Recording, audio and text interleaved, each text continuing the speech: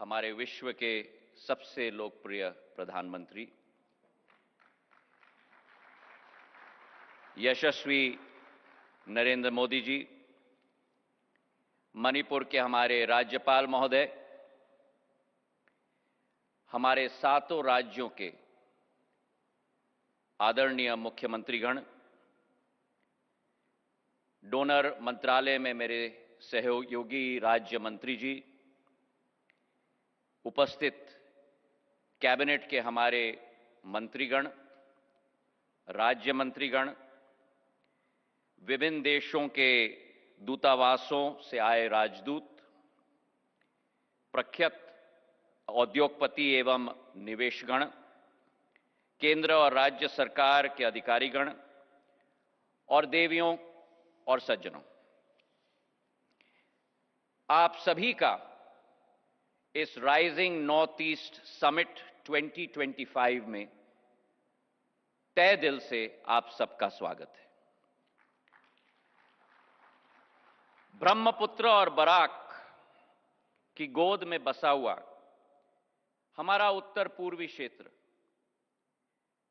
हजारों वर्षों पुरानी भारत की संस्कृति और व्यापारिक चेतना का केंद्र रहा है। एक समय था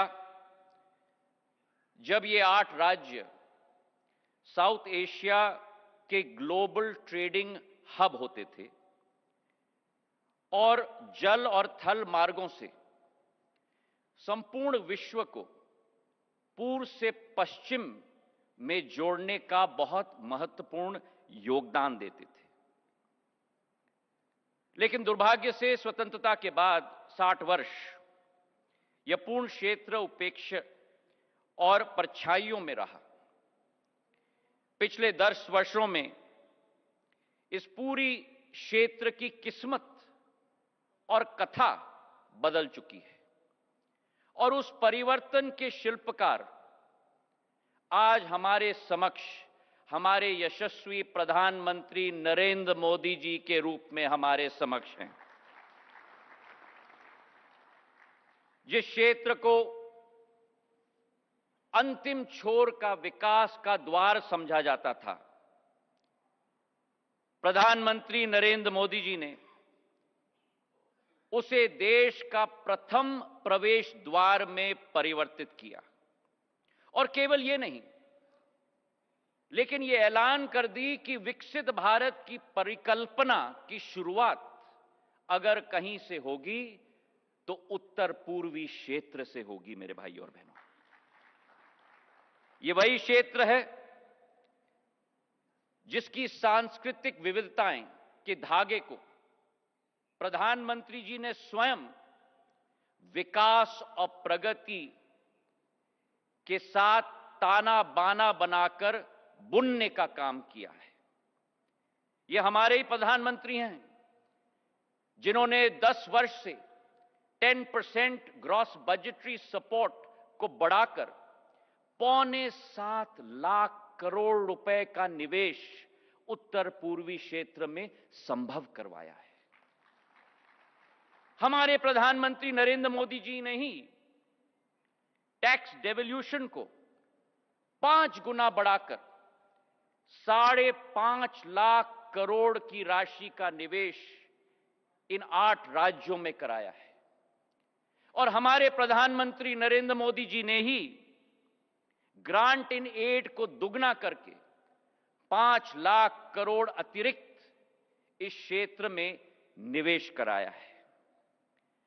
प्रधानमंत्री जी की जो सोच है, ट्रांसफॉर्मेशन बाय ट्रांसपोर्टेशन का जो विजन है, उसके आधार पर इस क्षेत्र को एक स्ट्रेटेजिक हब बनाया है, कनेक्टिविटी का, ग्लोबल ट्रेड का और ग्रोथ का।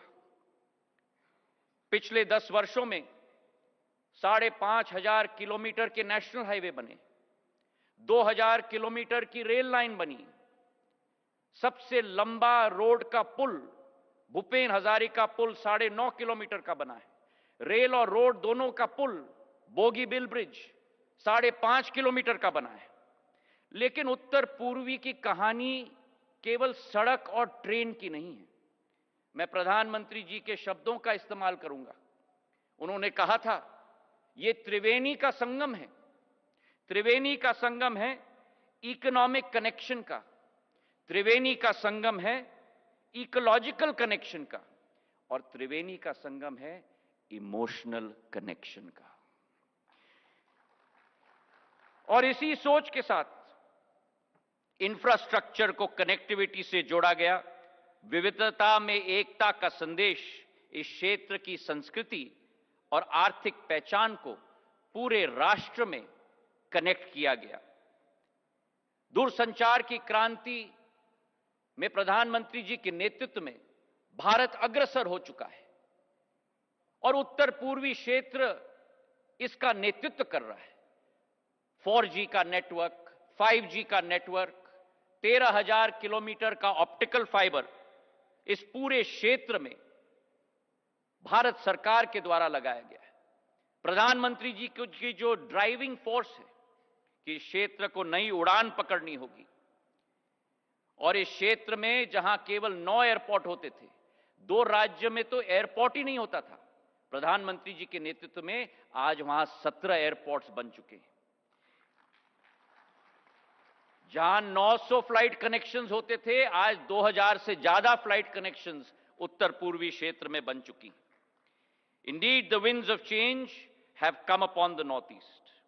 एक ऐतिहासिक कनेक्टिविटी के आधार पर पूर्वोत्तर की जो act east, act first and act fast policy है, उसके आधार पर कनेक्टिविटी साउथ ईस्ट एशिया के साथ, एशिया पैसिफिक के साथ और सेंट्रल एशिया के साथ, यह हमारा संकल्प है। और क्यों ना हो, जब गुवाहाटी से सिंगापुर की दूरी मुंबई के समान है और अगरतला से बैंकॉक की दूरी हमारे चेन्नई के समान है, ये international corridor south east Asia का बने, ये प्रधानमंत्री जी का संकल्प है। और इसलिए आने वाले समय में हमें पूर्ण विश्वास है कि चाहे गुवाहाटी हो, अगरतला हो, इम्फाल हो, ईटानगर हो, गैंगटॉक हो, शिलोंग हो, कोहिमा हो, ऐजवाल हो, ये विकास के नए अध्याय आने वाले समय में लिखेंगे और पूर्वोत्तर को एक स्वर्णिम दशक, जहां ज्योग्राफी अब डेस्टिनी बन चुका है, प्रधानमंत्री जी के नेतृत्व में भारत का इंटरनेशनल गेटवे हमारा उत्तर पूर्वी क्षेत्र बनेगा। प्रधानमंत्री जी का जो संकल्प रहा, जो निवेश 15 लाख करोड़ पिछले 10 वर्षों में इस क्षेत्र में हो चुका है, प्रधानमंत्री जी ने इस क्षेत्र को सींचा है। और आज इस दिवस पर हम अपने उद्योगपतियों को, निवेशकों को, एंटरप्रेन्योर्स को ये निवेदन करेंगे कि अपनी भागीदारी से समृद्धि की फसल को इस क्षेत्र में लहलाएं।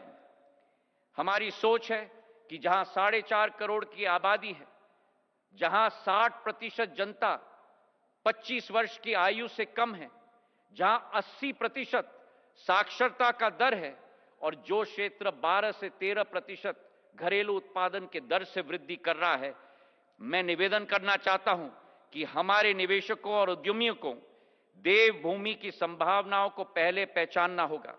We must take the first mover advantage in this area.